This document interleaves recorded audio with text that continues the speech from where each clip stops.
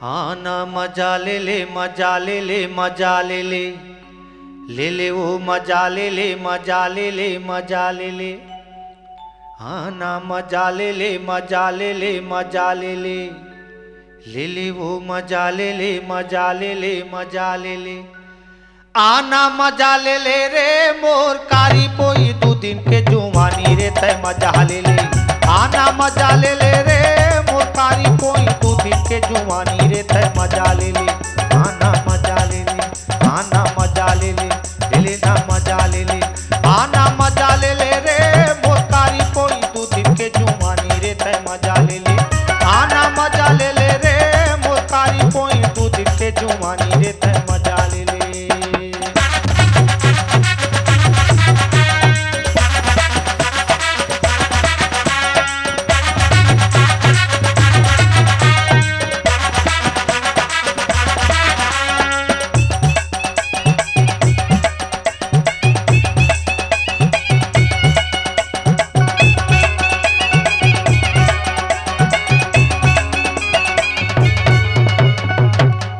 ले ले दे ले खा ले पी ले घूम ले हाट बाजार तई अकेले आबे मोर कारी टूरी रे मैं तोर करिया इंतजार।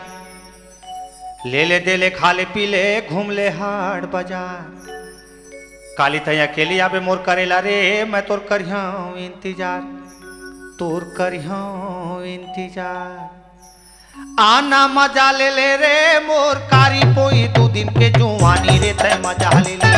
आना मजा ले ले रे मोर कारी पोई दू दिन के जुवानी रे तय मजा ले ले।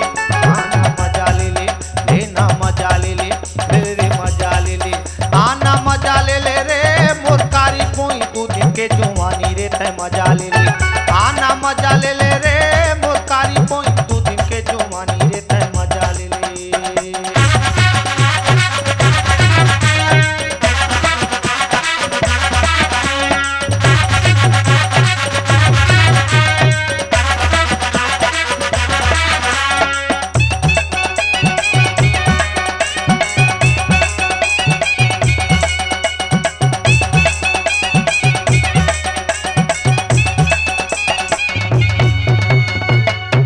पहरी पहाड़ वो जंगल बीच खान 12 बस्ती मझनिया रोज मिलना रे रोज मिलना है हमार।